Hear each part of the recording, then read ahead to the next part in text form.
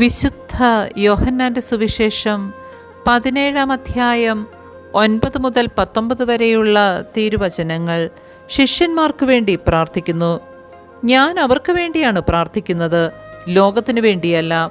അങ്ങ് എനിക്ക് തന്നവർക്ക് വേണ്ടിയാണ് പ്രാർത്ഥിക്കുന്നത്.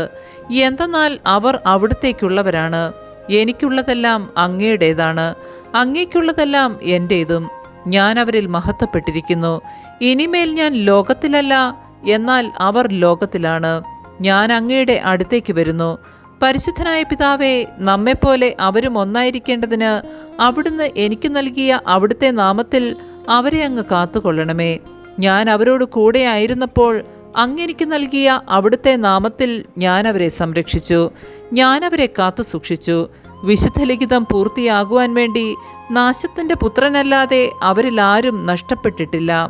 എന്നാൽ ഇപ്പോൾ ഇതാ ഞാൻ അങ്ങയുടെ അടുത്തേക്ക് വരുന്നു. ഇതെല്ലാം ലോകത്തിൽ വെച്ച് ഞാൻ സംസാരിക്കുന്നത് എൻ്റെ സന്തോഷം അതിൻ്റെ പൂർണ്ണതയിൽ അവർക്കുണ്ടാകേണ്ടതിനാണ്. അവിടുത്തെ വചനം അവർക്ക് ഞാൻ നൽകിയിരിക്കുന്നു. എന്നാൽ ലോകം അവരെ ദ്വേഷിച്ചു. എന്തെന്നാൽ ഞാൻ ലോകത്തിൻ്റേതല്ലാത്തതുപോലെ അവരും ലോകത്തിൻ്റേതല്ല.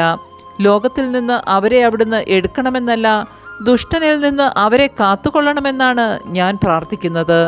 ഞാൻ ലോകത്തിൻ്റേതല്ലാത്തതുപോലെ അവരും ലോകത്തിൻ്റേതല്ല. അവരെ അങ്ങ് സത്യത്താൽ വിശുദ്ധീകരിക്കണമേ. അവിടുത്തെ വചനമാണ് സത്യം. അങ്ങനെ ലോകത്തിലേക്ക് അയച്ചതുപോലെ ഞാനും അവരെ ലോകത്തിലേക്ക് അയച്ചിരിക്കുന്നു. അവരും സത്യത്താൽ വിശുദ്ധീകരിക്കപ്പെടേണ്ടതിന് അവർക്ക് വേണ്ടി ഞാൻ എന്നെ തന്നെ വിശുദ്ധീകരിക്കുന്നു. നമ്മുടെ കർത്താവായ മിശിഹായ്ക്ക് സ്തുതി.